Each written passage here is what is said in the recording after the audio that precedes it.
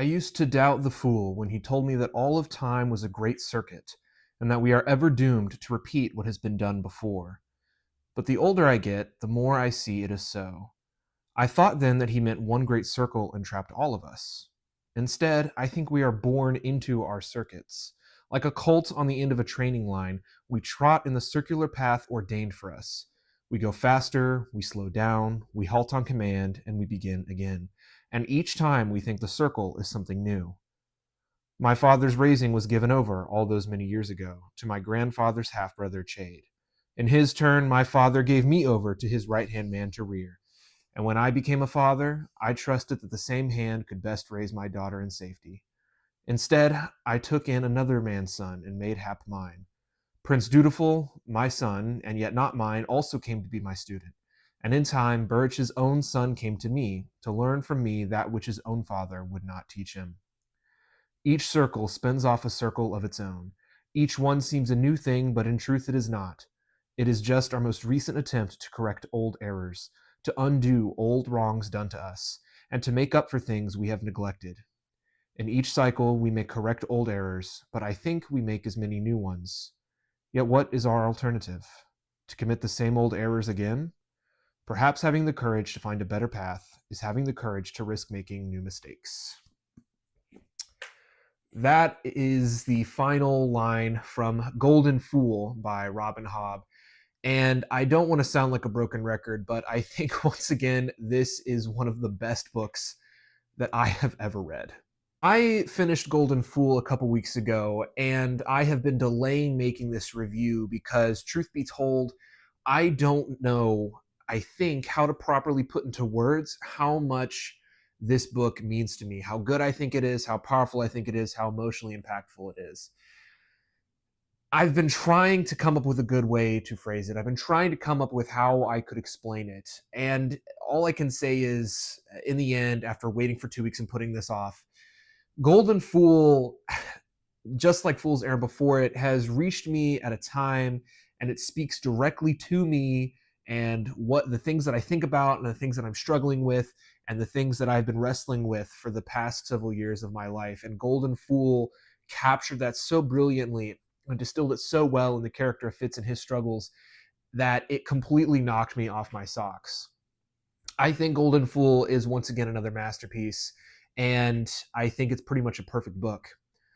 Unlike Fool's Errand, I now have watched and read several reviews of Golden Fool, unlike when I did my review for Fool's Errand, simply because I've been waiting so long, I wanted to see what other people thought about it.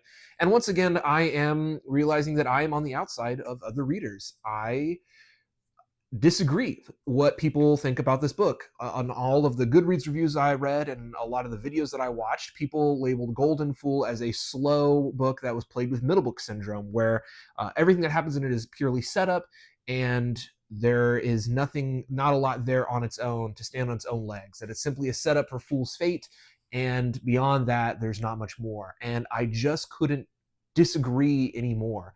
There's so much in Golden Fool thematically and emotionally that I was wrestling with and grappling with the entire time that I read it. And I just think that there's so much more going on in Golden Fool and so much that's impactful that not a lot of people are giving it credit for. I started with that passage from the end of the epilogue because I think that speaks to the primary conflict and story that Golden Fool is tackling. While yes, the larger stakes and larger overarching realm of the Elderling story is not uh, progressed along fast enough for many readers, what Golden Fool is about is Fitz trying to break away from, I don't want to say, basically, he's trying to break away from what he's realizing are generational cycles that can sometimes create generational trauma. The journey that Fitz goes on is very personal, and I found it myself very engaging and very moving and deeply thought-provoking.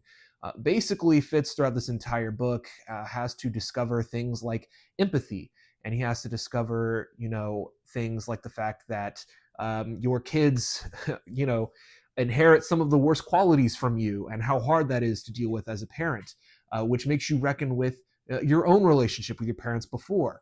You can see this in his relationship with Hap, but you also see this in Fitz's relationship with Chade in this book.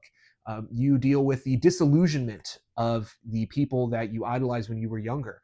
You see that Chade, who used to be this untouchable, immovable idol in Fitz's mind, and I also think in the reader's mind, as just this awesome, all-knowing guy.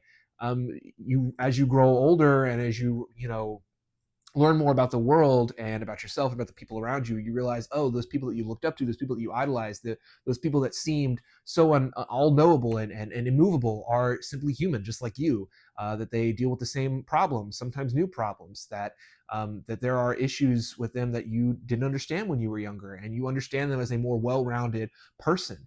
And there's a little bit of disillusionment in that. That your perfect picture of them is shattered, but also you come to a better understanding and a better relationship with these people sometimes, and you understand, learning about the flaws that are within the people that raised you. You learn more about yourself in that process, and there's so much of this going on in the book. And as Fitz is reassessing the relationship with his father figures in the past, with Verity, with Burrich, and with Chade, and as he reckons with those things and wrestles with that disillusionment, he also now sees how it has in turn affected how he raises the people around him, the people that he's mentoring, or the people that he has adopted, like Hap, or the way he's interacting with people like Dutiful and Thick.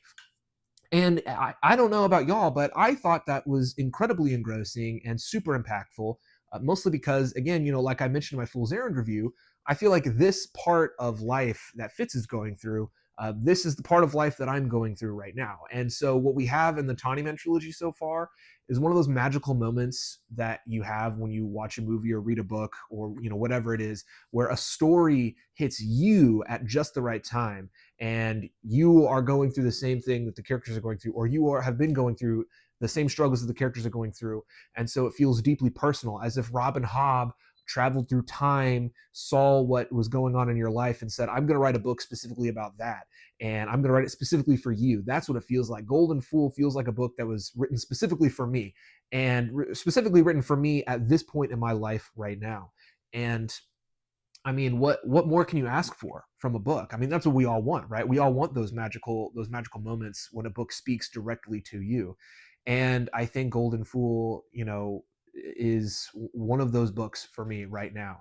I found myself tearing up and getting really emotional at so many of this book, where Fitz is trying to identify cycles that have been present in his life through the generations, and then as he seeks to break them. Because one of my favorite things about this book is that Fitz basically learns about empathy for the first time.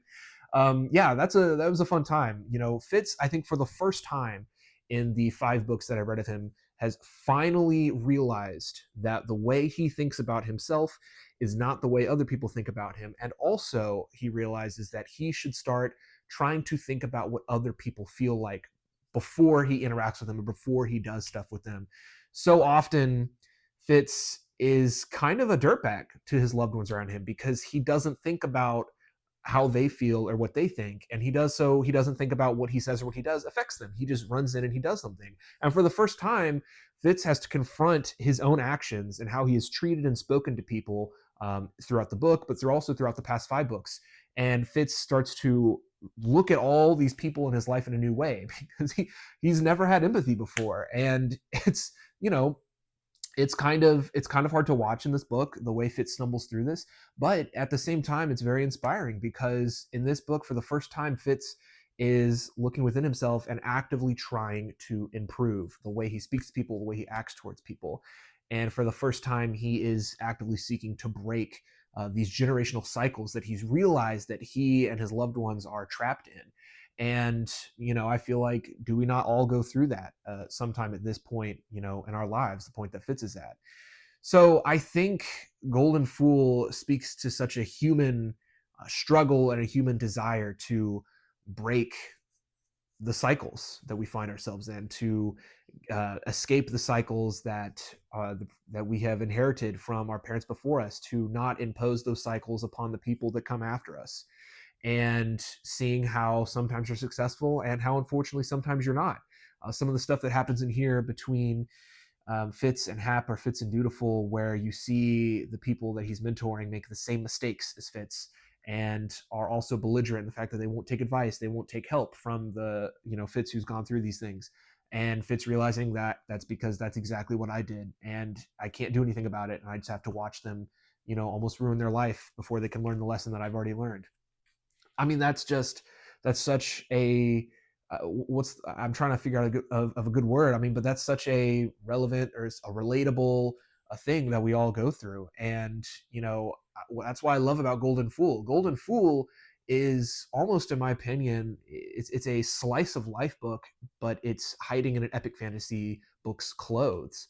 Because there is grand overarching stories and other grand overarching themes that are going on here. But what spoke to me were these slice of life elements. Was this person having that disillusionment with the older people around him and reckoning with those cycles that he didn't realize were there in the previous trilogy and trying to break out of it. And it casts the original trilogy in a new light now, because just like the reader, or just like Fitz, the reader is now, going back and re-examining characters and events from the first trilogy through this new lens, because now Fitz is older, now we're older, we're more experienced, and we go back and we rethink about our past events. We go back and we rethink about the Farseer trilogy, and I feel like I have a much more well-rounded view of that trilogy, and I now have a more well-rounded view of Fitz, and I just love the directions this book took with that. I thought it was very meaningful. It's very personal. It was very impactful for me. And it was very emotional. I felt myself tearing up at so many parts of this book, and the way the characters were struggling with real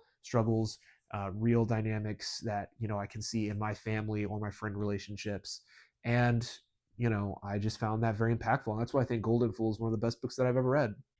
I think going forward, I'm going to be rereading Fool's Errand and Golden Fool, and hopefully Fool's Fate if it's just as good time and time again, because I think this is the kind of theme and the kind of message and the kind of struggle that this character is going through that I think will always be important and will always be engrossing to read.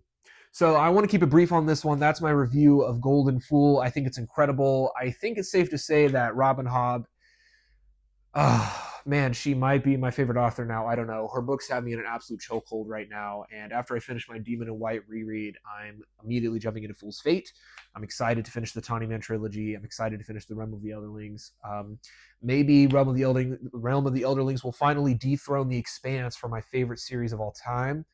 I don't know yet. We'll see. Maybe the rest of the 8 books are all terrible at this point. Who knows? But I have faith in Hobb now.